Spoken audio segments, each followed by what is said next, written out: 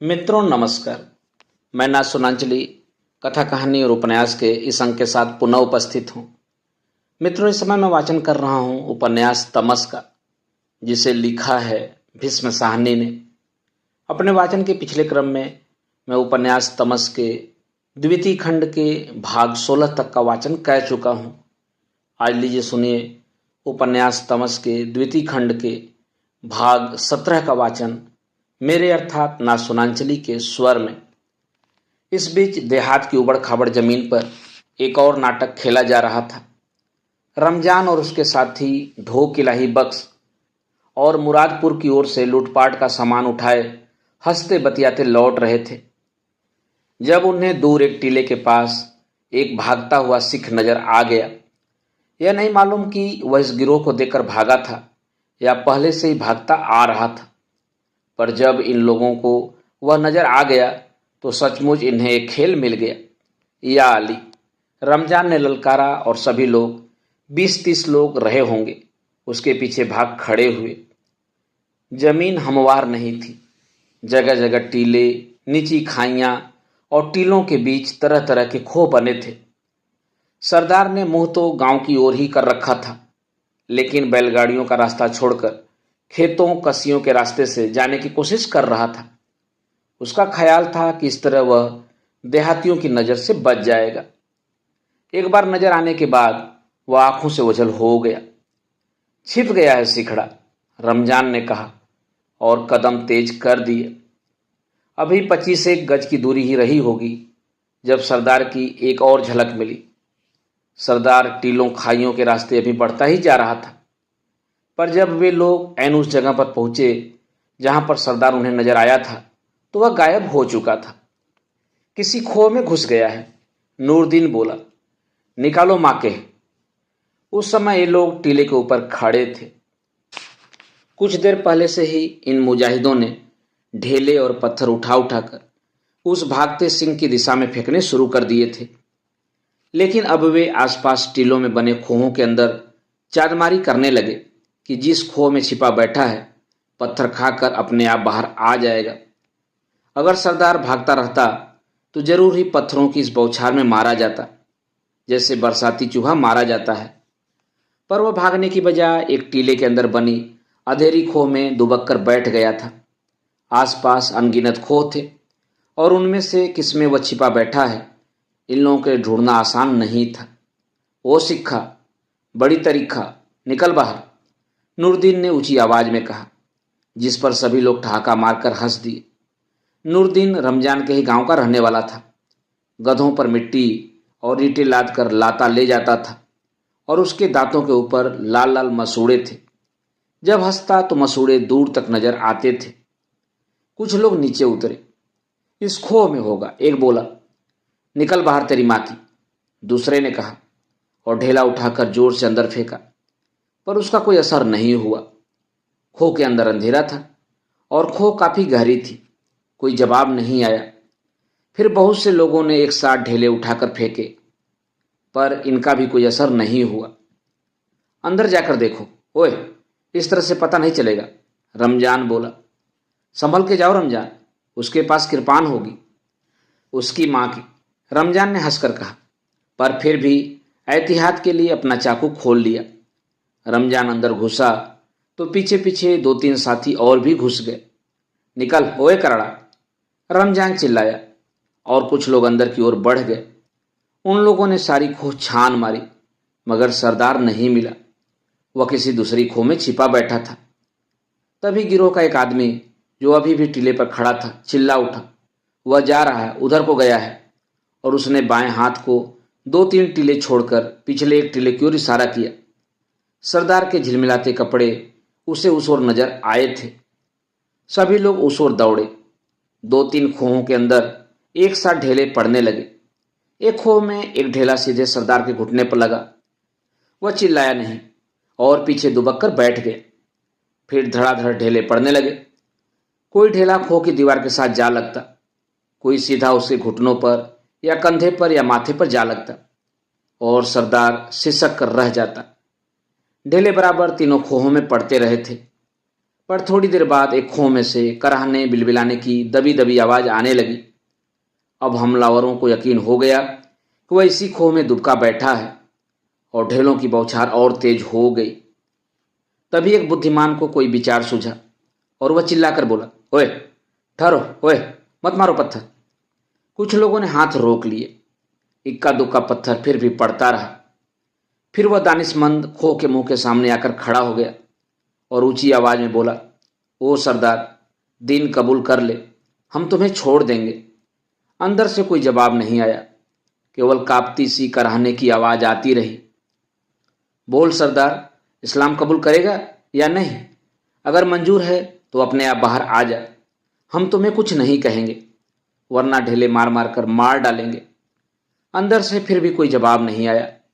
इक्के दुक्के पत्थर अभी भी पड़ रहे थे ताकि सरदार जल्दी फैसला कर सके। निकल बाहर, खजीर के तुख्म, नहीं तो अंदर से तेरी लाश निकलेगी। फिर भी चुप। अंदर से आवाज नहीं आई। लोग फिर से ढेले उठा उठाकर अंदर मारने लगे। फिर रमजान अली एक बड़ा सा पत्थर उठा लाया और खो के सामने जा खड़ा हुआ। अभी निकल आओ, नहीं तो इस पत्थर से भुरथा बना दूंगा। कुछ लोग हंस दिए। पत्थर बराबर पड़ रहे थे। तभी खो के अंदर से हाथों और पैरों के बल चलता हुआ सरदार खो के मुंह पर आ गया। उसकी पगड़ी खुलकर गले में लटक आई थी। कपड़े मिट्टी से सने थे और जगह जगह से फट गए थे और ढेलों के कारण उसका माथा और घुटने जगह जगह से सूज रहे थे और जख्मों से खून रीस रहा था। सरदार अभी भी जैसे चारों पायों पर बैठा था और उसकी आंखें इधर उधर ताके जा रही थी। दर्द के कारण उसका मुंह टेढ़ा हो रहा था।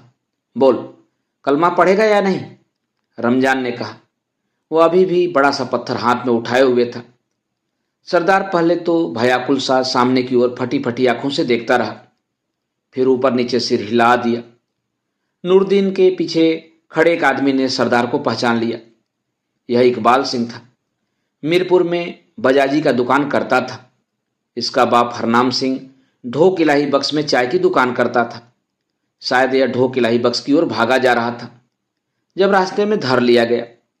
पहचानते ही वह आदमी नूरदीन के और पीछे हो गया ताकि इकबाल सिंह से उसकी नजरें नहीं मिल पाएं, बल्कि इसके बाद वह पीछे पीछे ही रहा। न कुछ बोला न पत्थर फेंका, पर साथ ही और लोगों को मना भी नहीं किया। यहां पर वह जानता था कि उसके मना करने का कोई असर नहीं होगा। मुंह से बोल माधर, बोल, नहीं तो देख यह पत्थर अभी तेरी खोपड़ी पर पड़ेगा। कलमा पढ़ूंगा, सिसकियों के बीच इकबाल सिंह ने कहा। तभी गगनभेदी आवाज उठी, अल्लाह अकबर। नारा एक तकबीर, अल्लाह अकबर। फिर सभी ने नारा लगाया। रमजान ने पत्थर एक ओर को फेंक दिया। सभी ने अपने अपने हाथ में से पत्थर फेंक दिए। रमजान ने हाथ आगे बढ़ाकर कहा, उठा, अब तू हमारा भाई है। इकबाल सिंह का जिस्म जगह जगह से दर्द कर रहा था। वह अभी भी करा रहा था। पीड़ा, घबराहट और त्राण के कारण उससे खड़ा नहीं हुआ जा रहा था। आजा, गले मिल ले, रमजान ने कहा और उसे गले से लगा लिया। रमजान के बाद बारी बारी से सभी ने उसे गले लगाया। पहले सिर दाएं कंधे पर रखते, फिर वहां से उठाकर बाएं कंधे पर, फिर लौटाकर दाएं कंधे पर। बगलगिर होने का यही मुसलमानी तरीका था। इकबाल सिंह की टांगें लड़खड़ा रही थीं और गला सूख रहा था, पर 3-4 बार की मश्क से वह बलमगिर होने का ढंग समझ गया था। इकबाल सिंह को आशा नहीं थी कि इतनी जल्दी माहौल बदल जाएगा कि उसके खून के प्यासे लोग उसे छाती से लगाने लगेंगे। तब वे टीलों के झुरमुट से बाहर निकल आए। रमजान उसे थामे हुए था। फिर वे गेहूं के लहलहाते खेतों के बीच से उसे आगे आगे हाँकते हुए ले चले।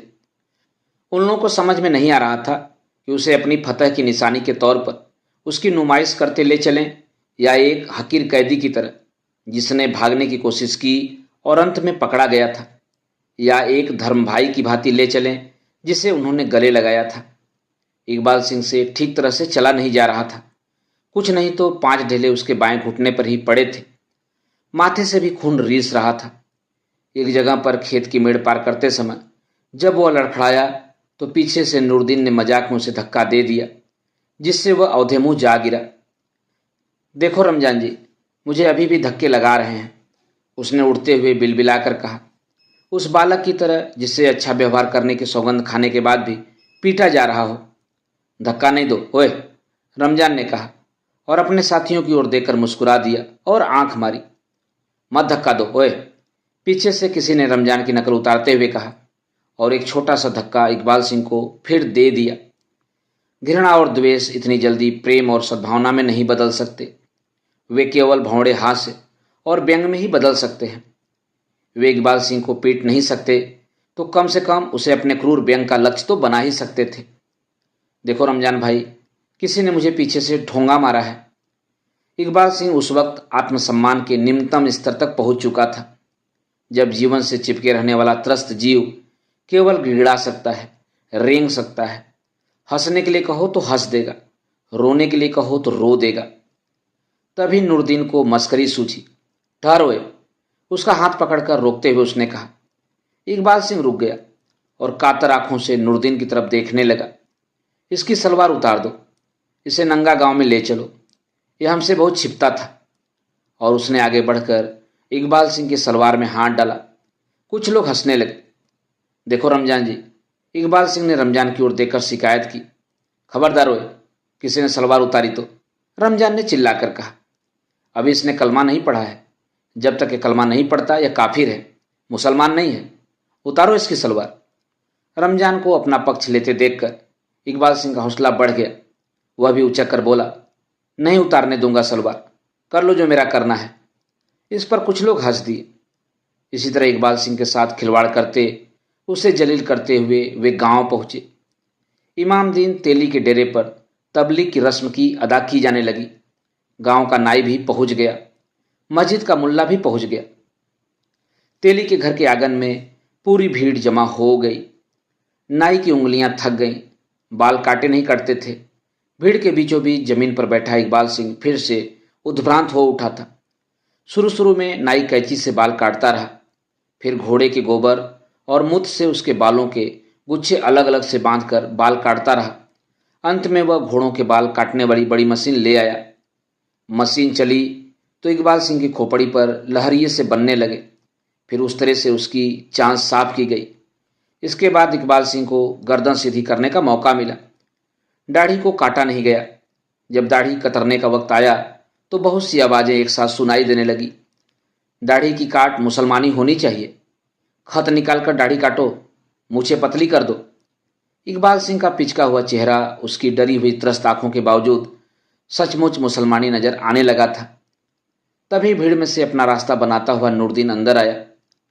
जब इकबाल सिंह के बाल काटे जाने लगे थे तो वह बीच में से निकल गया था और किसी को पता नहीं चला था। लेकिन अब वह लौट आया था और लोगों को धकेल धकेल कर अंदर घुस रहा था। हटो ओए, आगे से रास्ता दो। अंदर आते ही वह सीधा इकबाल सिंह के पास बैठ गया। बाएं हाथ से इकबाल सिंह का मुंह खोला और दाएं हाथ में पकड़ा मांस का बड़ा सा टुकड़ा जिसमें से टप टप खून की बूंदें चू रही थी, इकबाल सिंह के मुंह में डाल दिया। इकबाल सिंह की आंखें बाहर आ गईं। उसका सांस रुक गया था। खोल मुंह, तेरी माँ की, खोल मुंह, अब चूस जाए से मादर। और नूरदीन लोगों की तरफ देखता हुआ अपने लाल मसूड़े दिखाता खीखी करके हंसने लगा। तभी मुल्ला और गांव के एक बुजुर्ग सामने आ गए। बुजुर्ग ने नूरदीन को वहां से डांट कर हटा दिया। हटो यहां से, तुम दीन कबूल करने वाले अपने भाई को परेशान कर रहे हो। बुजुर्ग के अंदर आ जाने से सारा दृश्य बदल गया। लोग पीछे हट गए। इकबाल सिंह को संभाल कर उठाया गया। एक आदमी खाट उठा लाया और उसे खाट पर बैठाया गया। बाकी की रस्म बड़ी सावधानी से सरंजाम दी जाने लगी। तस्बीह हाथ में लिए मुल्ला ने इकबाल सिंह से कलमा पढ़वाया। ला इलाहा इल्लल्लाह मुहम्मद रसूल अल्लाह। 3 बार कलमा दोहराया गया। आसपास खड़े लोगों ने उंगलियों को आंखों से लगाया, फिर उन्हें चूम लिया। फिर एक एक करके 20 आदमी उसे बगल गिर हुए। इसके बाद जुलूस की शक्ल में उसे कुएं पर ले जाया गया। गुस्ल के बाद नए कपड़े पहनने को दिए गए। जब नहाकर नए साफ कपड़े पहनकर निकला तो इकबाल सिंह सचमुच इकबाल अहमद नजर आने लगा। लोगों ने फिर नारे लगाए, नाराए तकबीर, अल्लाह अकबर। जुलूस फिर इमामदीन तेली के घर की ओर रवाना हुआ। वातावरण में गहरी संजीदगी और धर्म भावना कांप रही थी। दिन ढलते ढलते इकबाल अहमद की सुन्नत हुई। उसके लिए इस दर्द को बर्दाश्त करना बहुत कठिन नहीं रह गया था। बुजुर्ग सारा वक्त उसे सहारा दिए हुए थे और सुन्नत के वक्त बार बार उसके कान में कह रहे थे, तेरा निकाह कराएंगे, बड़ी खूबसूरत औरत तुम्हें देंगे। कालू तेली की बेवा तेरी उम्र की है, जवान गठीली, उसे देखकर तेरी रूह खुश हो जाएगी। अब तू हमारा अपना है, अब तू शेख है, शेख इकबाल अहमद।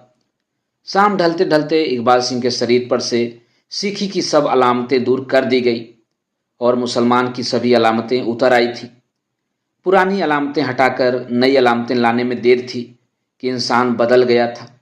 अब वह दुश्मन नहीं था, दोस्त था, काफिर नहीं था, मुसलमान था। मुसलमानों के सभी दरवाजे उसके लिए खुल गए थे। खाट पर पड़ा इकबाल अहमद रात भर छटपटाता रहा। मित्रों, अभी आप सुन रहे थे उपन्यास तमस के द्वितीय खंड के भाग 17 का वाचन मेरे अर्थात नासुनांचली के स्वर में। मित्रों, उपन्यास तमस के आगे के भागों का वाचन मेरे वाचन के अगले क्रम में सुन सकते हैं। तो जुड़े रहिए कथा कहानी और उपन्यास के साथ। धन्यवाद। नमस्कार।